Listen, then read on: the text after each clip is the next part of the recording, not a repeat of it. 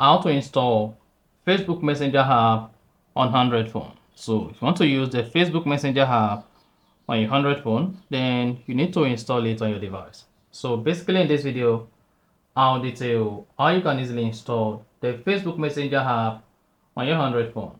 So if at the end of this you found this open informative, please don't forget to like and then subscribe. First, go ahead and open the Play Store application. Click on search on the navigation.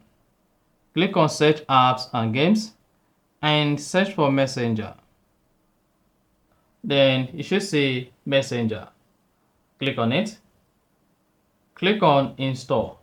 Now, you want to hang on a couple of seconds. The time it takes to download and install the Facebook Messenger app on your Android phone varies, and it depends on the strength of your network access. So, you want to hang on for the Facebook Messenger app to download and install on your Android phone.